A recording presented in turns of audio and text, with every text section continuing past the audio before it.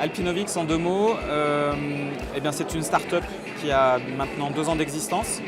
Et les 3 cofondateurs de cette start-up ont développé un générateur de froid dernière génération qui a été breveté et qui affiche des performances vraiment très très intéressantes, notamment pour faire de la neige de culture, avec des conditions de dépenses énergétiques très très maîtrisées. Aux enneigeurs, c'est vraiment une de nos caractéristiques.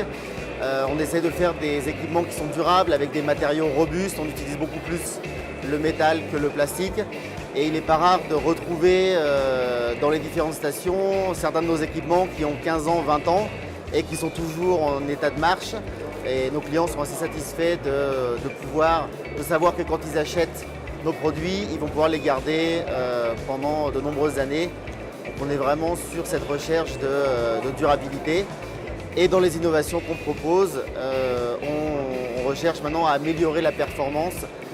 Là, sur le nouveau canon, on propose pour une consommation énergétique identique, une production de neige qui est supérieure.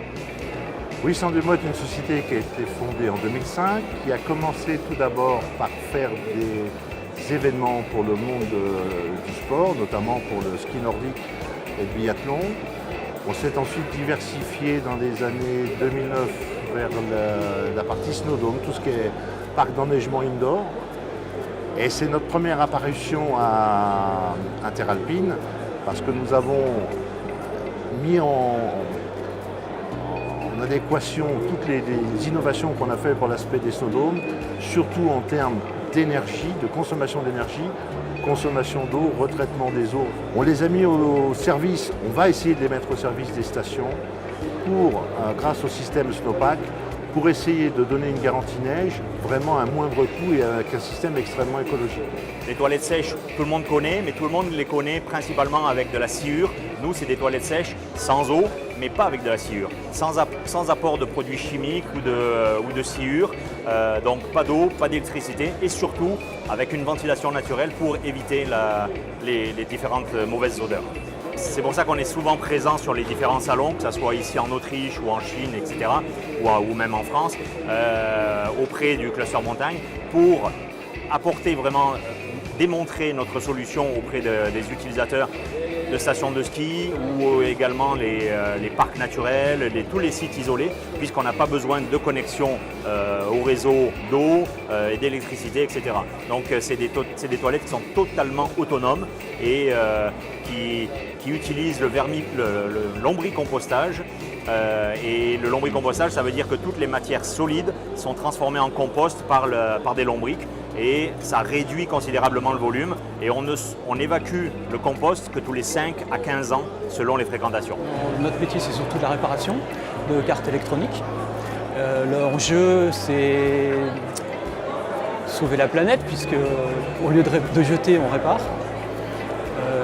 Ça permet aussi de faire des économies. C'est un deuxième enjeu important. La phase importante pour nous, c'est la qualité de nos prestations, grâce à des bancs de tests qu'on a mis au point. Et c'est ce qui fait notre force et notre renommée dans les stations françaises. Nous sommes spécialistes, je dirais, mondial dans le câble transporteur d'explosifs pour le déclenchement des avalanches. Alors, les innovations, il y en a dans le milieu de la montagne, bien sûr. Il faut faire très attention, il faut que les innovations soient vraiment solides lorsqu'on les met sur le marché, parce que la montagne est un terrain difficile et nos clients sont de plus en plus exigeants. En ce qui nous concerne, concernant le déclenchement d'avalanches, il faut déclencher les avalanches avant 9 h du matin. À 9 h 01, les pistes ouvrent. Donc si on innove dans des produits nouveaux, il faut qu'ils soient extrêmement aboutis pour que le client puisse s'en servir et que ce soit très opérationnel.